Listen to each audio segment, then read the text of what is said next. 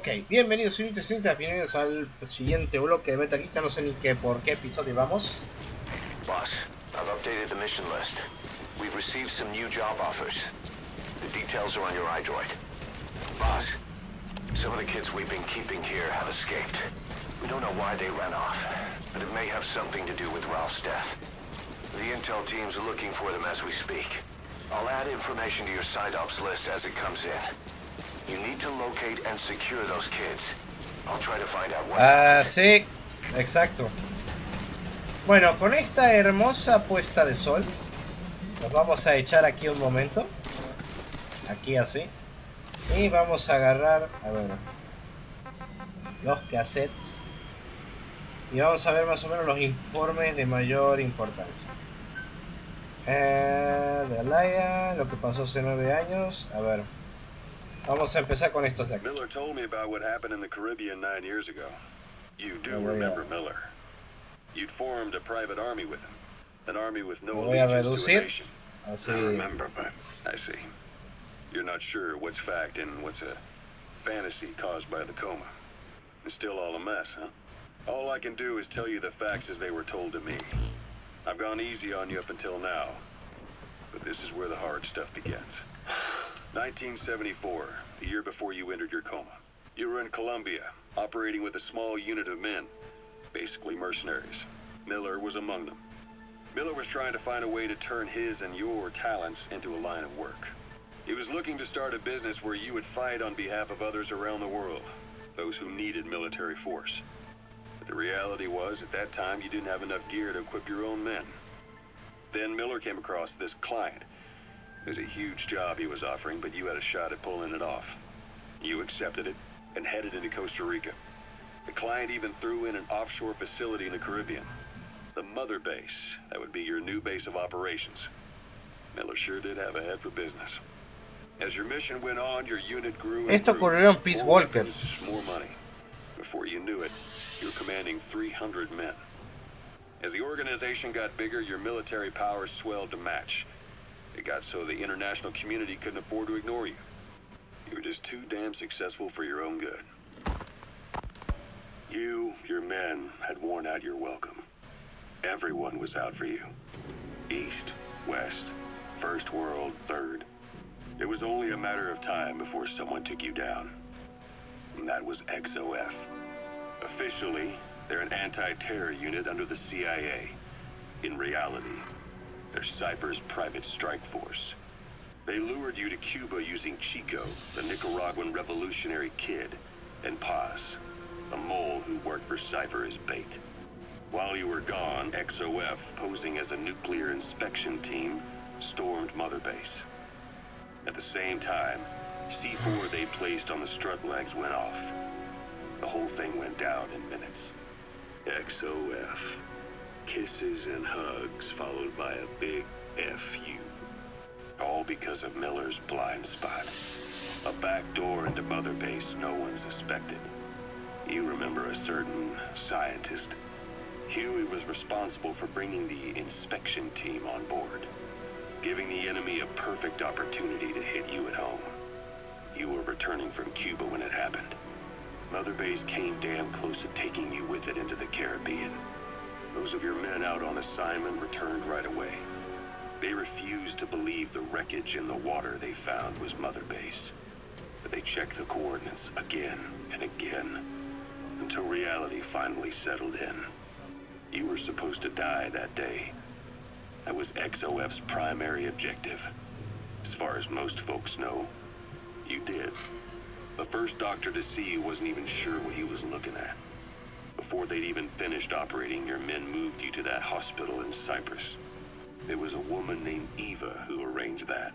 Eva de Metal Gear Solid 3, perdón. Most men in your condition would have been written off right from the start.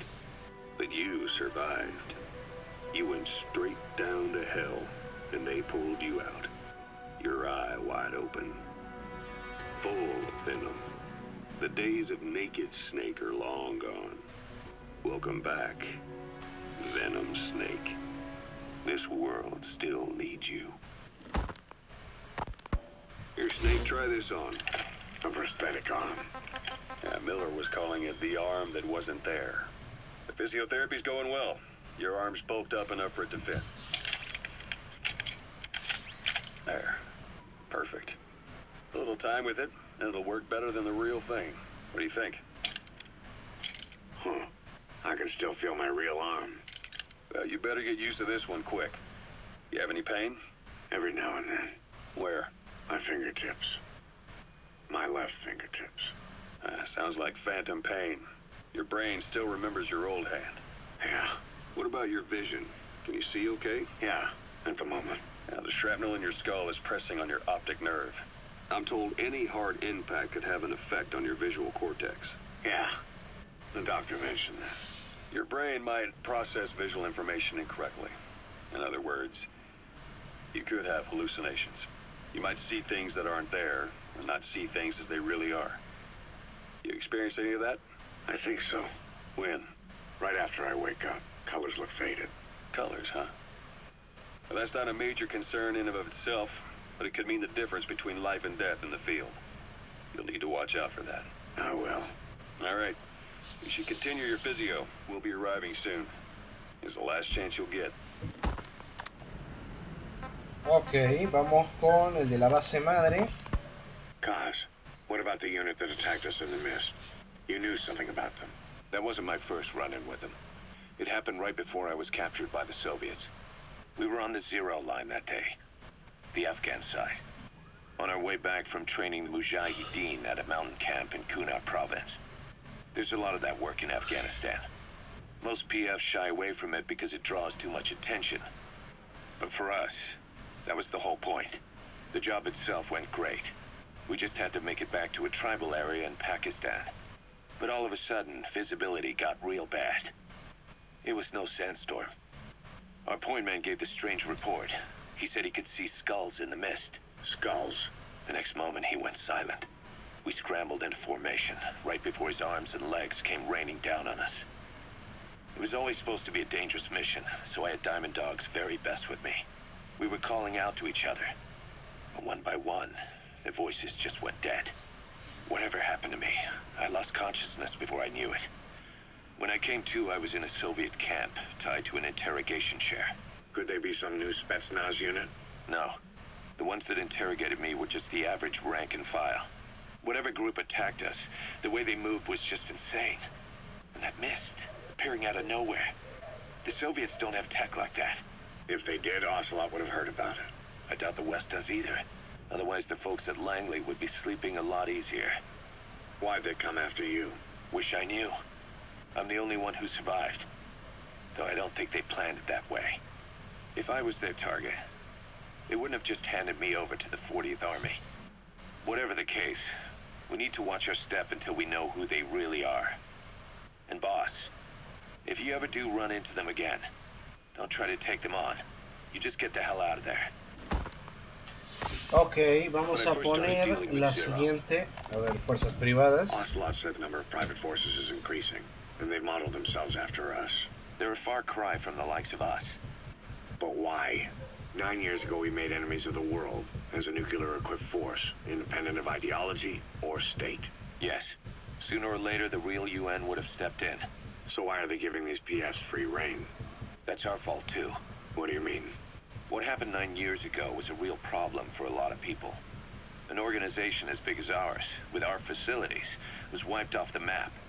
Not an easy thing to hide. But if our existence came to light, so would the names of our clients. We had contracts all over, east and west, from superpowers to banana republics, the lot. Our clients denied all association with the likes of us. They had to make sure things didn't blow up on them. But at the same time, they missed us. They really missed us. The demand for armies for hire was as strong as ever. The international community turned a blind eye to what happened to us, despite still needing people who could do our jobs. History couldn't afford to lose us. As soon as we were gone, they needed a replacement. So private forces spread everywhere. And they're all just a phone call away. But still. I know. PFs are totally different from what we envisioned. Nation-states, revolutionaries, terrorists, they have a lot of clients, and Cypher is one of them. Cypher stays anonymous, but I know their work when I see it. In the eyes of those clients, the world's PFs are all just expendable pawns. The clients don't have to worry about losing their own men. Nobody knows they're involved, and PFs are cheap. In short, the world is chewing up soldiers and spitting them out. Even some of the old Mother Base's survivors are still working for PFs. Some guys created their own smaller forces. Others were taken on by emerging PFs. Everybody's gone their separate ways. But none of them are living their dream, because they're not fighting with you. Of course, I tried to headhunt as many of them as I could for Diamond Dogs. It was all a waste of time. They said they weren't interested without you to lead them. But now you're back. And everything's gonna change. We'll unite all private forces under you, transcending nations and economies. What is a nation? Just a patch of dirt. The bonds among us will surpass nations. And that's what'll put the world under our control. We'll establish a new kind of country. Redefine the very concept of it. Even Cypher will be below us. An extraterritorial federation of military nations. The United States of Force. De acuerdo, vamos Once word of Big con Boss's return starts traveling. suplementos, a ver. Remember before, Boss? When Quiet attacked one of our guys on Mother Base, stuck a knife in his mouth. He's one of the very few soldiers who've had contact with her recently. Close contact. I don't think it's a coincidence that he was among those who became symptomatic pretty early on in this epidemic. Saliva and blood spatter, an open wound, mucosal infection. Whatever is causing this got inside him then. Miller, that is a baseless accusation.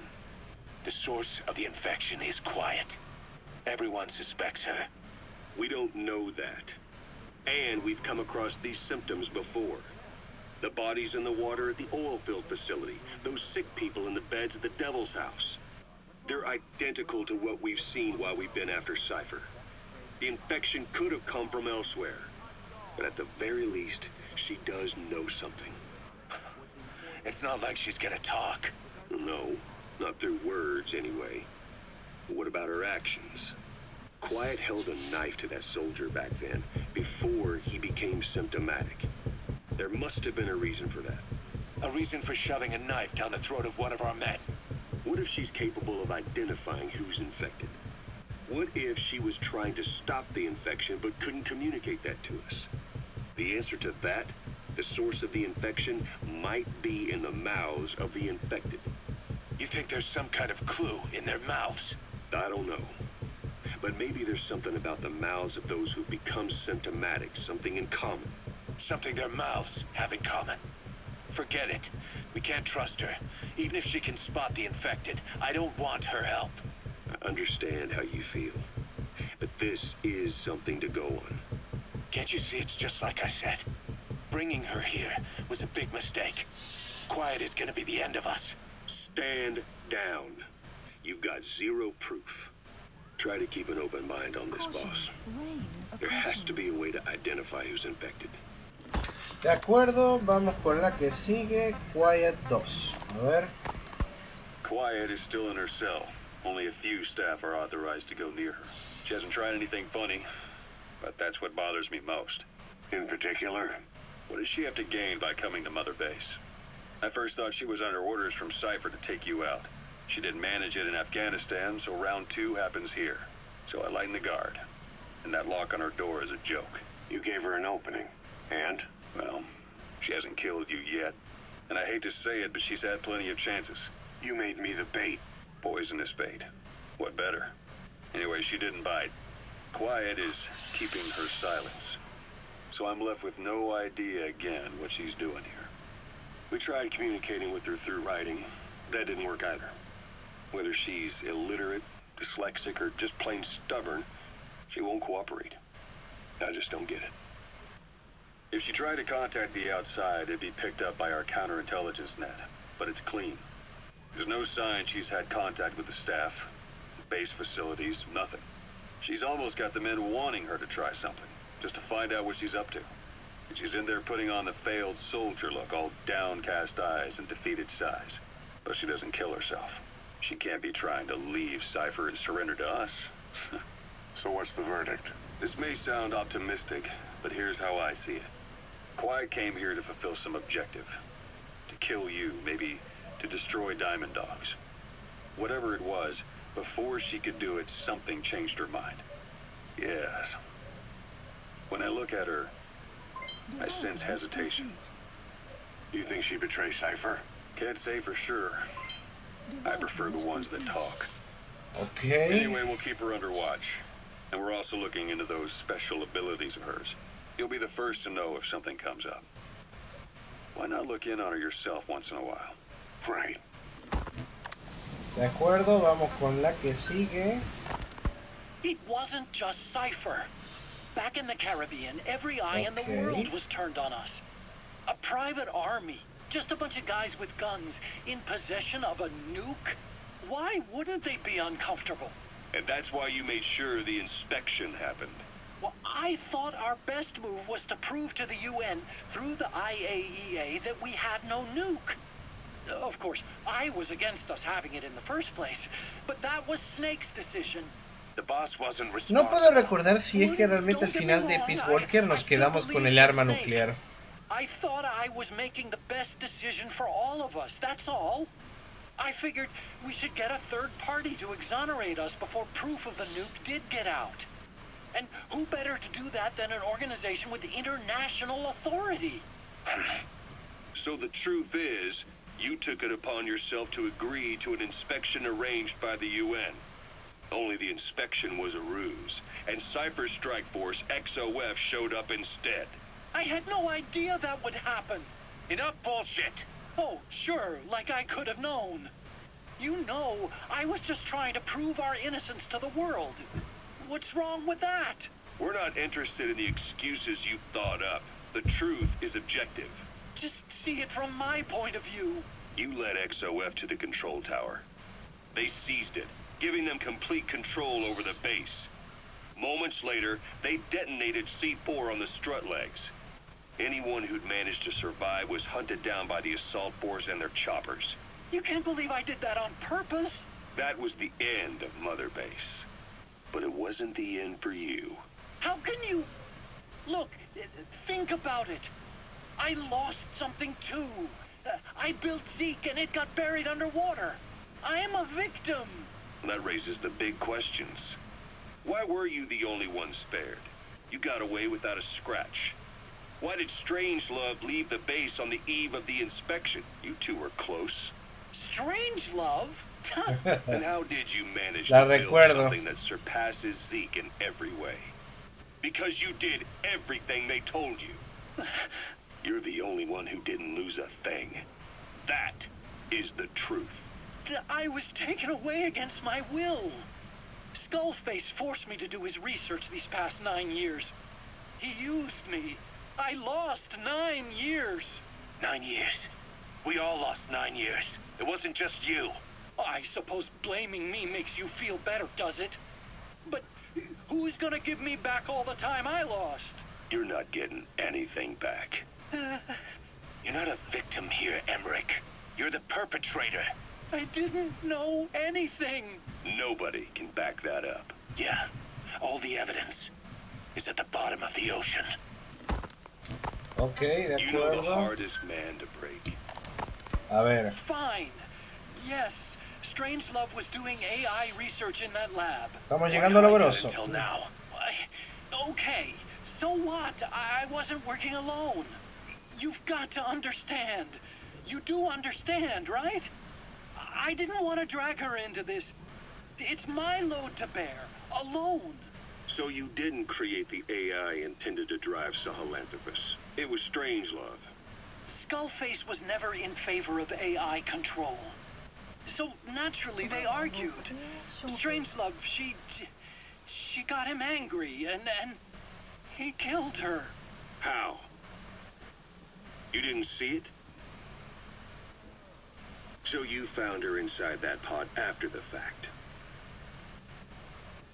And you just left her body to rot in there. Or perhaps you put her in there afterward. I asked him not to take her away from me. So she was killed by Skullface, but you asked nicely, and he put her body in the AI pod for you. That's right. Pathetic. You know, we have another idea. That you killed her. Me? Oh, I couldn't kill her. You Diablos. killed her and locked her body in the pod. Qué cagada. Don't treat me like one of you. I can't just kill anyone whenever I feel like it. I'm a normal human being. Oh, I see. So you just shut her inside and waited for her to die. I would never do that. What, you mean she killed herself? Yes. She climbed inside that pod and shut the door. It can't be opened from the outside. It was suicide. Hmm? Suicide, I said. She killed herself. She got in when I wasn't looking and suffocated. She'd often try to do things like that. By the time I realized and opened the door, she wasn't breathing. I got scared and shut the pod again. I couldn't bring myself to open it back up. That's right. Me? Kill her? What is wrong with you? I see. Just tell me one more thing. Haven't you gotten enough today? Okay, I see it's a painful memory. You don't have to answer, just listen to the question. You see, we examined her remains.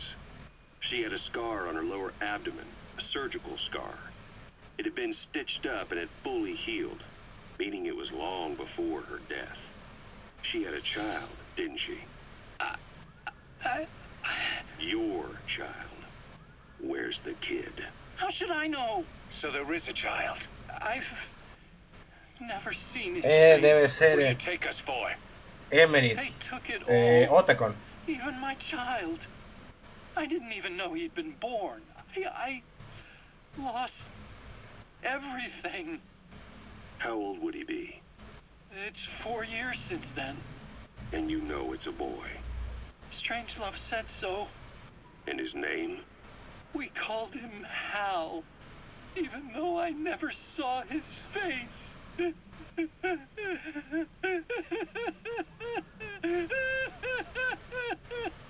Dios. De acuerdo. Carga de Cypher. A ver. Boss, I have the report on that cargo we stole from Cypher's truck. The PF was transporting two things. The analysis of that malachite has come back Dios. first. Naturally, the main compound is copper. There's also a small amount of cobalt. Nothing unusual so far. Southern Zaire is a well-known copper belt. However, in addition to these, we also detected a trace amount of uranium. The content percentage, though, is too low for nuclear development. It most likely came from Shinkalobwe mine. That's where the uranium in that area comes from. The mine's closed, as all the high-purity uranium ore dried up a long time ago. But you could probably still find it there in small quantities. That said, there are plenty of other uranium mines that are in operation, like in Niger, Namibia, South Africa. Why go to an abandoned mine to scrape up whatever's left and ship it out in mass quantities without refining it? They were transporting that yellow cake too, which would suggest they have the technology to refine uranium. Anyway, that about sums it up. Unfortunately, the analysis of that yellow cake is taking a little longer. I'll let you know when it's done. Ok. A ver, veamos.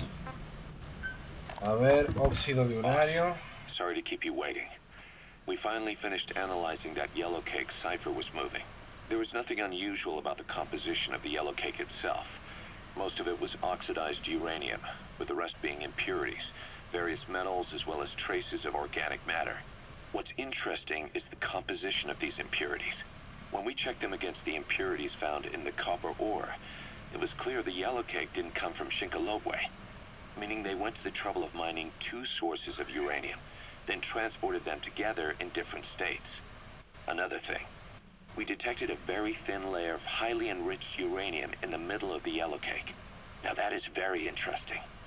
It may not be a lot, but it points to the existence of uranium-enriching technology. After all, yellow cake can't naturally produce highly enriched uranium. If they could mass produce this, they'd be just one step away from a gun barrel type nuclear bomb. But uranium enrichment requires advanced technology and a large-scale facility. If that kind of place existed in Zaire, the Soviet Union wouldn't sit idly by. And there's another question. Where were they transporting the yellow cake and malachite uranium? The first place that comes to mind is South Africa.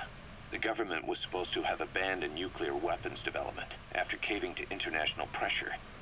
But rumors persist that it's continued in secret. Plus, CRS were escorting the truck, and they're based out of South Africa. And then South Africa does have an abandoned test site. If Cypher's involved with nuclear development in South Africa, but how would that fit with their weapon to surpass Metal Gear? We need more information. De acuerdo, vamos a África. Hard to believe how many of those bipedal weapons have popped up around Africa. When did that start? No more than 6 months ago. Didn't really hit me until I came here. They're not supposed to be in use yet.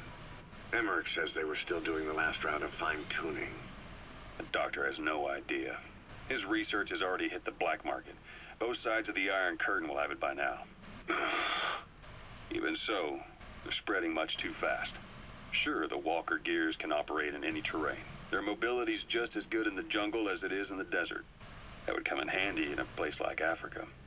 They are modules that can one day be used as nuclear weapon systems. And with that in mind, the numbers are way too large. There must be another reason they're so widespread. Like what? It's all about needs. To small-time outfits like most of these private forces, this product is a dream come true.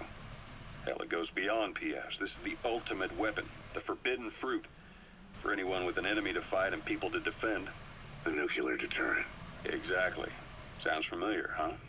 PFs are all operating off your playbook. You created these times. But could this be the new weapon in Africa that Emmerich talked about? If it is, why is Cypher letting everyone and his brother get their hands on one? What comes next? Selling nuclear weapons in the open? Making them public property?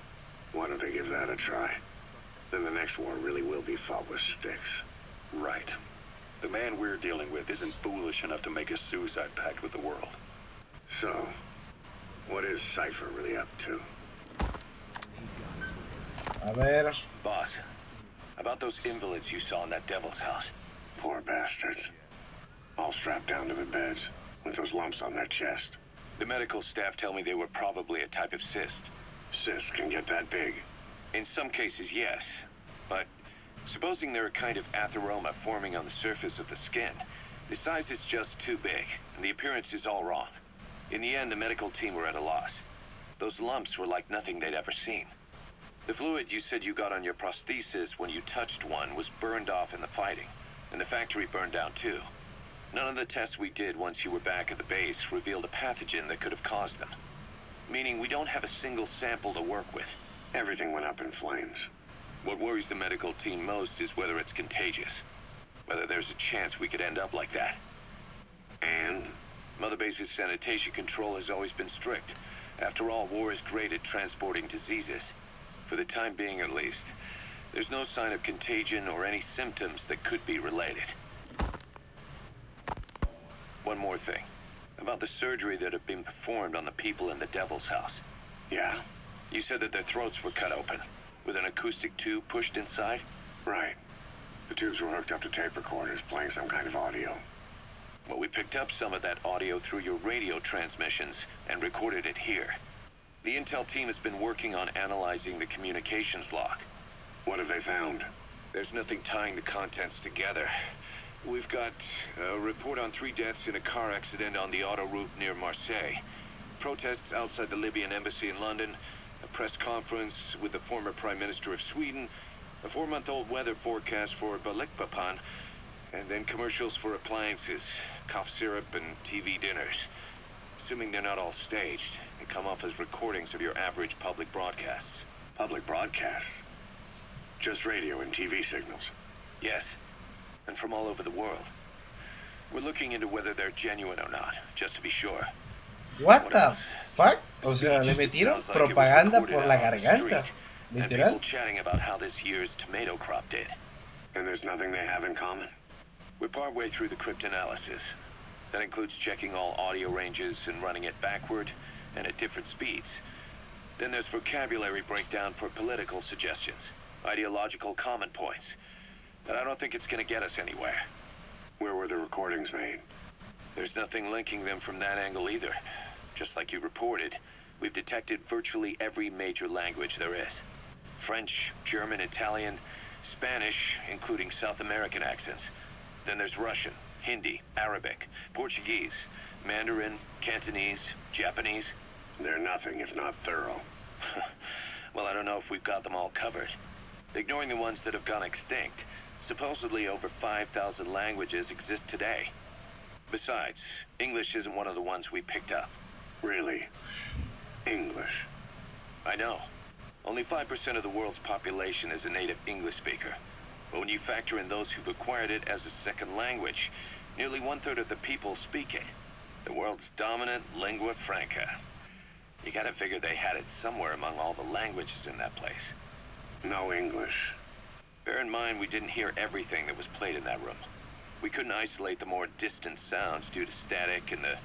Well, the Bueno, program could have been no sé set to cuál es el change every day. porcentaje mundial que habla In a inglés, nutshell, pero for reasons unknown, people in that room with a lo han common vuelto una medical materia de condition were estudio. made to listen to No lo niego. recordings in languages from around the world.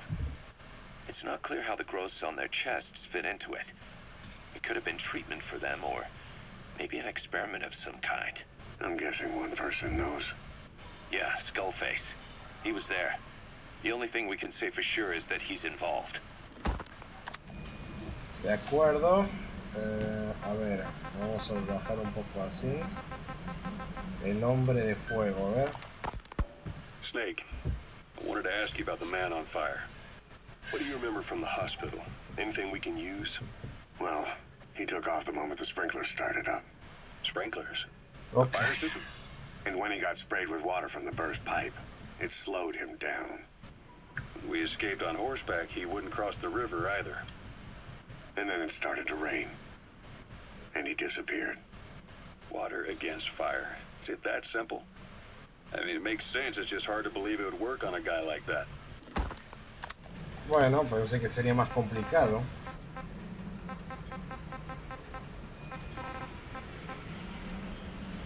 A ver. About the pathogen spreading through Mother Base. You've seen everything we've got on the outbreak. What's your opinion? Textbook symptoms of vocal cord parasite infestation. And judging from this casualty list, it is the Kikongo strain, meaning a breed of parasite that triggers symptoms upon detecting pronunciation specific to Kikongo.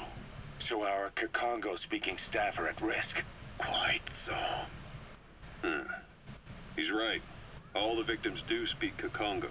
So they can survive if they just use another language. There is no guarantee. You're only dealing with the Kikongo strain. Other language strains may be present. You well know he was teaching them languages from all over the world. The Devil's House. Nzoya Badiabulu. There is no way to know how many strains he has at his disposal. So how do we keep them from becoming symptomatic? You mentioned using microbes.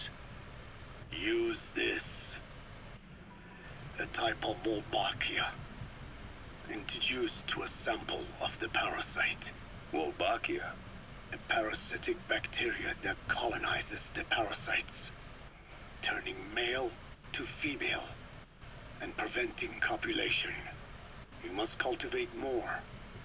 What have you done with the infected bodies? Cremated to stop the spread of infection. But we did keep a few for study. Good. Take this sample, grind it to a pulp, and introduce it to the larvae now nesting in the dead. The Wolbachia will multiply rapidly within those larvae. They're What the soldiers, hell? not some petri dish. Conventional cultivation methods will take too long. Extract the Wolbachia from those larvae and vaccinate your men. Kikongo speakers first. This is the fastest, surest way. No one is to speak a word of Kikongo until the Wolbachia are safely inside them. I will instruct your medical staff in detail on site. You have the appropriate facilities.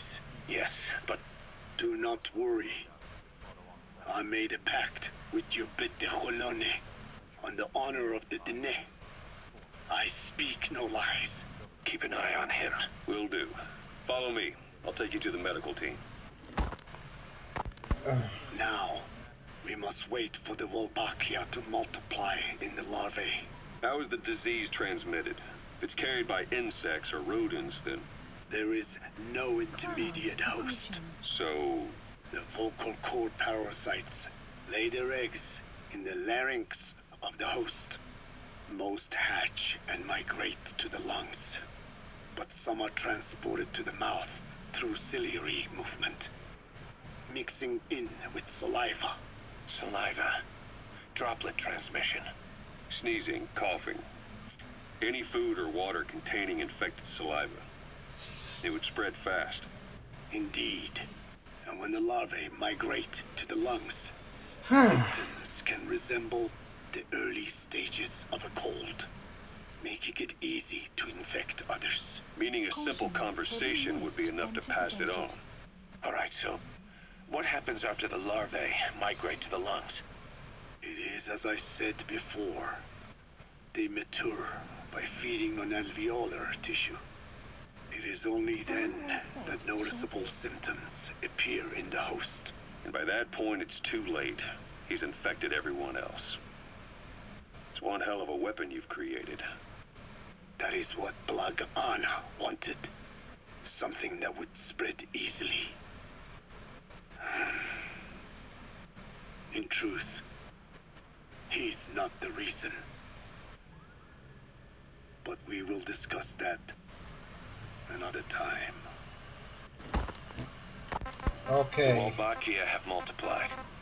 We're preparing to A extract ver, them and begin queda poco. vaccinating. Arqueas metálicas. A ver. Go, Tucker. What are the metallic archaea? Volcanic craters spewing sulfur. Water hot enough to boil your skin off. Ocean depths of 800 plus atmospheres. Wastelands radioactive enough to kill you where you stand. There are groups of organisms that survive despite. No. Because of living in such environments. I've heard about them. Extremo... something. Extremophiles. By selecting certain species, then subculturing and repeatedly modifying them, I created a metallic offspring of pure archaea. They subsist on metals rather than organic matter. And some of them even consume uranium? Yes. Uranium enrichment archaea metabolize only uranium-235. As a result, they produce weapons-grade enriched uranium. How is that possible? Consider how plants fractionate carbon isotopes when they conduct photosynthesis. Nature possesses abilities beyond our imagination. Eso es verdad. So it was archaea that brought down your chopper? Corrosive archaea, yes. They oxidize metals, feeding off the energy in the electrons they receive. What became of the wreckage? We had the R&D team retrieve samples for study in airtight plastic containers, of course. Prudent. We shall extract archaea from it in good time. They should help you fight back against Blag Ana. Any chance we could start now? It doesn't have to be a lot. I might just have another use for them. If it's only a small amount you need. That's fine. I'll get the R&D team to assist. Let's go. De acuerdo. Arqueas de This is Yellow enriquecimiento Cake de that daño. Cypher was having the PF's transport. Before we met you, the boss recovered it from a truck crossing the savannah. Are there metallic archaea inside it? Yes, the archaea metabolize uranium-235 to subsist. They must be stored inside Yellow Cake, or they cannot survive. So those biological traces we took for impurities were actually the real cargo. Of course, they are deactivated, so they do not trigger a sudden enrichment. They are like baker's yeast. ¿Como levadura? They do gradually enrich the uranium as they feed. I imagine you detected weapons-grade traces. Yeah, we did. And the malachite that was loaded on the truck had traces of uranium in it too. So that's the flower, huh? Skullface was gonna sell do-it-yourself nuke kits. The uranium-enriching archaea complete with a user's manual. And the ores with the uranium could be sourced by the client or provided by Cypher. Even the trace amounts buried in common ores can be enriched to weapons-grade uranium by the metallic archaea. Proving that must have been the most important factor of the trials. That and the ability to successfully prevent detonation. So if the amounts of uranium in the ores are low enough, they can get past any inspection. And you only need a tiny amount of the archaea to act as the yeast. No great challenge to smuggle that either. The first step towards saturating the world with nukes. His plan. That was not my intention. My only goal in developing the metallic archaea was to save the Dene. Ok, vamos con la investigación. The one that covers. The parasite that lives on the surface of the skull's bodies is what gives them their power. Similar to my children who live in my skin. I modified the parasites I isolated from the body of that old man, differentiating them with various abilities. One that can blend perfectly into its surroundings by exposing the pigments in its cells at will. Another that, by harboring multiple species of metallic archaea, can oxidize and reduce metal. Isolating the one that covers and transplanting it into an artificial medium should provide the same abilities as the skulls, but they can only subsist within a human body. Once transplanted into the medium, they will eventually die. Another thing, the weakness of the one that covers is desiccation. Their surface moisture loss is greater than ours. The reason they give off mist is to alleviate this by releasing the salts inside them as microparticles. Water vapor condenses around them, appearing as mist. But this dries out the atmosphere until they cannot even produce mist. And once their supply of water from the host runs out, the parasites are in danger. They, along with their host, enter a form of suspended animation. However, a similar effect occurs if they come into contact with a large amount of water. Rain, for instance. The one that covers will temporarily abandon other processes in his eagerness to absorb the water. Make the weather. Claro, el agua, sí, yo sé. O sea, por eso la actitud de Quiet con el agua. Bueno, a ver, vamos con reacciones mundiales. A ver. Why activate Sahelanthropus in Afghanistan? This is how Skullface wanted things to play out. The Soviet Union secretly develops a new type of nuclear weapon and successfully deploys it in Afghanistan. Revealing the existence of Sahelanthropus results in a return to the glory days of the Cold War. The threat it poses reignites the nuclear arms race between the world's major powers. The demand for nuclear weapons increases around the globe. What if you then introduced a nuclear weapon anyone could get their hands on? Non-nuclear nations, militant groups of all shapes and sizes, they'd all jump at the chance. Sahelanthropus was a marketing tool to sell nukes all around the world. But I think it's safe to say that plan was stamped out before it got up and running. The world's intelligence agencies never did turn up anything conclusive on it.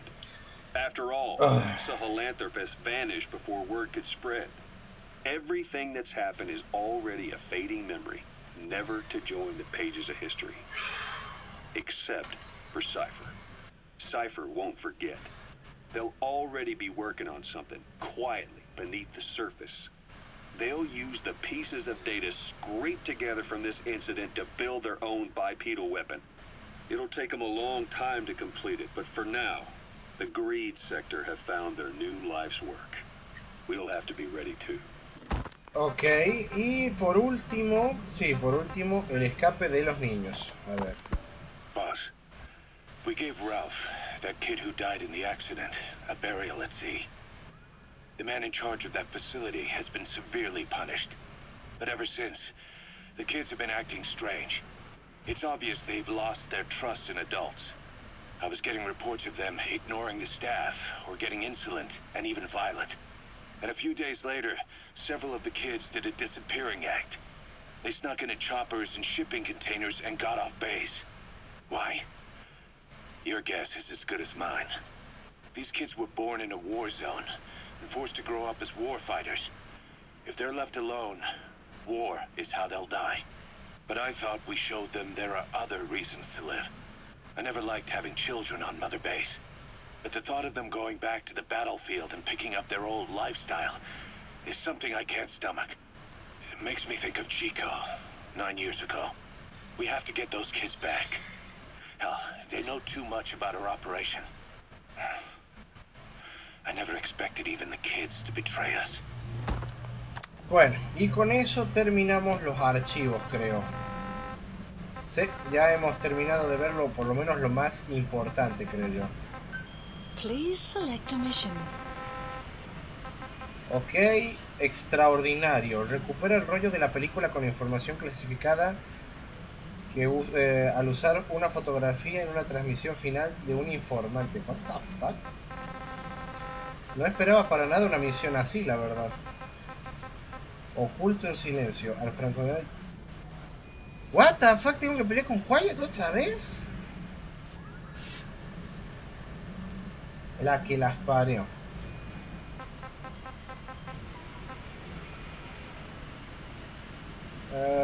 Ok, vamos. Bueno, aparentemente nuestro amigo Freddy tenía razón.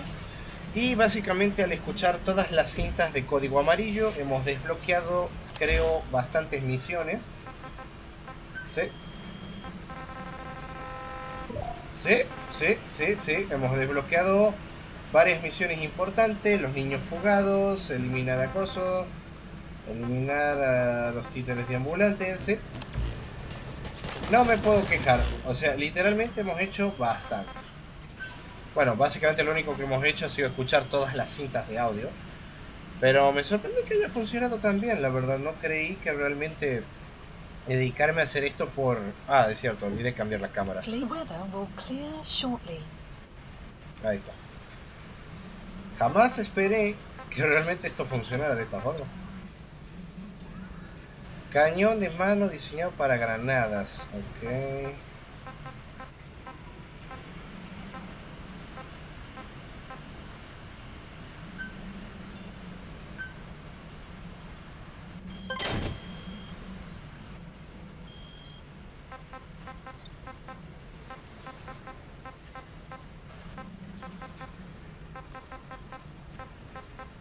No sé qué más desarrollar, a ver. Brazo aturdidor.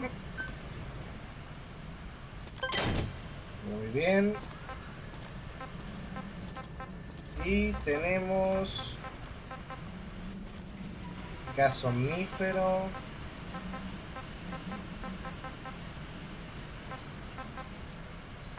Traje de sigilo.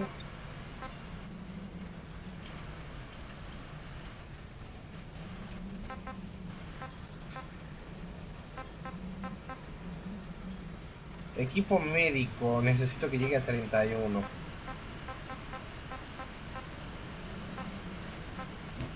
Bueno, no me voy a quejar, a fin de cuentas hemos hecho de cosas. Voy a cortar la grabación aquí, espero que les haya gustado este bloque en forma de episodio informativo de Metal Gear.